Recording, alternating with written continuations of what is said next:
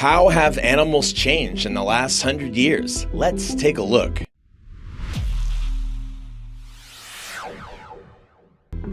It's one thing, though, for animals, birds, and insects to react, and to just change themselves. That's how nature's supposed to work. But what about what humans have done? I'm gonna just give a drop of this to Peter and go out and see what happens.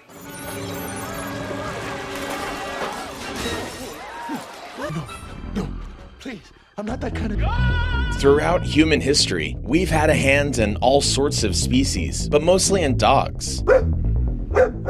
The Bull Terrier was created in the early 1800s, based on a mixture of the Old English Terrier and the Bulldog. And you know, it was quite a beautiful breed. Before it was a stocky fighter, the Bull Terrier had a slim body and a more chiseled nose. At the time, dog fighting was a source of entertainment in Europe, and people were trying to create the perfect fighter. Well, they succeeded.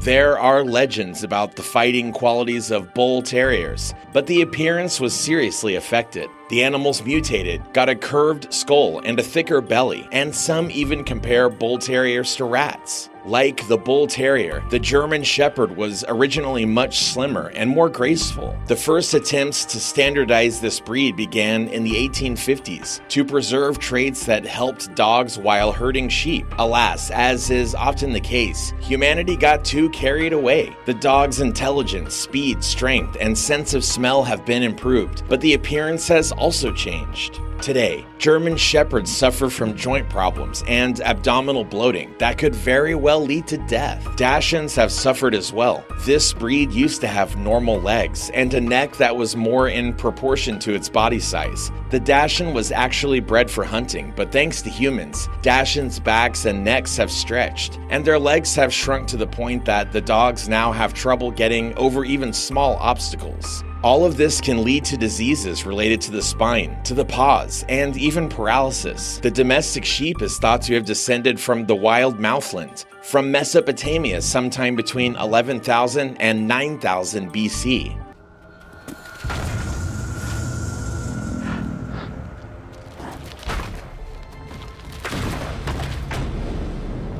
Sheep were some of the first animals domesticated by humans, so they had time to go through some major changes. Plus, Robert Bakewell played his part. He was a famous agronomist who leveled the sheep up back in the 18th century, so their bones became thinner. There was more wool used for humans and less regular wool. Its colors changed from brown to white and black. The ears of sheep stopped sticking upward, and the horns that their wild ancestors still possessed weakened and disappeared in many. And what's the use of horns when you're being guarded by caring people? Among other things, the tails of the wild species were more flexible and longer than those of sheep today. Also, modern sheep have smaller brains. Well, apparently cleverness wasn't necessary either. In the process of domestication, pigs were also affected. Researchers believe that our modern pigs are descended from wild boars that lived in parts of Asia and Europe.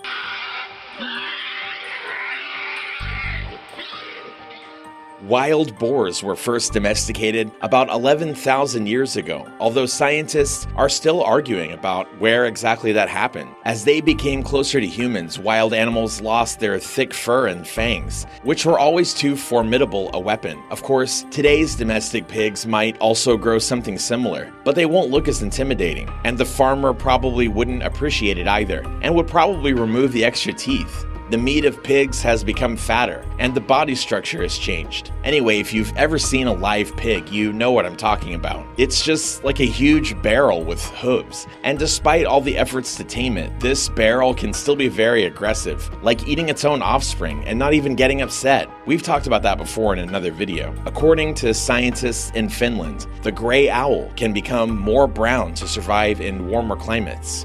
The standard coloration of these birds can be called rather gray, and it's inherited. But in recent years, the number of brown owls has been increasing. Scientists say that as winters become milder, gray owls are likely to disappear altogether. It's all quite simple to explain. During harsh, cold weather, brown birds are easier to spot against the snow, which means they can easily fall prey to predators. Genetic studies have shown that brown owls have other disadvantages compared to their gray brothers, including a a weaker immune system and a higher metabolic rate. In short, they need more food to survive, but winters have gotten warmer and the snow cover has decreased, so brown-capped owls have nothing to worry about. And now they're just crowding out their feathered brothers. Nothing personal, bro. It's just evolution. What about fish? A study published in Nature Communications makes it clear. Salmon returning to Alaskan rivers have gotten significantly smaller over the past 60 years. That's not an exaggeration, nor is it an understatement. They've really shrunk, apparently. Because of climate change and competition from artificially bred fish, wild salmon are spending less time at sea and returning to spawn at a younger age. In other words, the fish are simply uncomfortable, and it's too crowded there, and there's nothing good about that at all.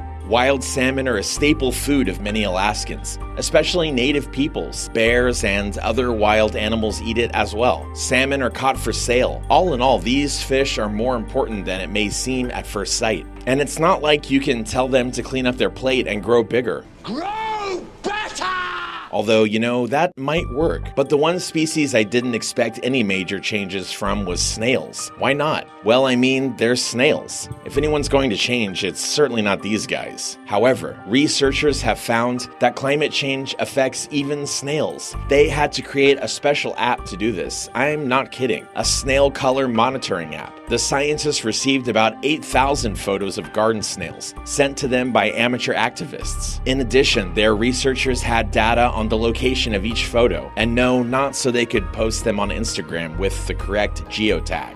It allowed them to link snail color to environmental factors. For example, whether the snail lived in an urban or suburban environment, whether it was a densely populated area, what the temperature was around it, and how much rainfall there was. Things like that. Scientists found that on average, snails found in warm places were lighter in color. Pretty logical. It allows them to tolerate hot and dry conditions better. Basically, it's like in the desert, the yellow color reflects more sunlight, which makes the snails not heat up as quickly. While the snails are adjusting to the conditions in the cities, there are also interesting things going on in the sea. I would go so far as to say really amazing things. Yes, of course, we know about ocean pollution, which is getting more serious every year. It's not the Industrial Revolution that has repainted the butterflies. This situation is far worse, and yet some animals have learned to deal with it in their own way. By nature, the turtle-headed sea snake has a striped coloration. White and black areas of its scales alternate, sort of like an underwater zebra. But scientists have noted that the closer these sea snakes get to humans, the fewer stripes they have. Of course, the light-colored scales don't disappear in real time, but it's pretty simple. Sea snakes that live in the more pristine parts of the reef have black and white stripes or spots, but those in places with constant human activity, such as near a city, remain completely or almost completely black. According to an international team of researchers,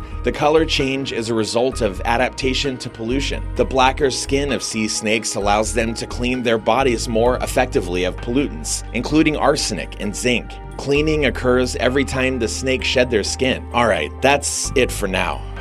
Parting is such sweet sorrow. See you soon.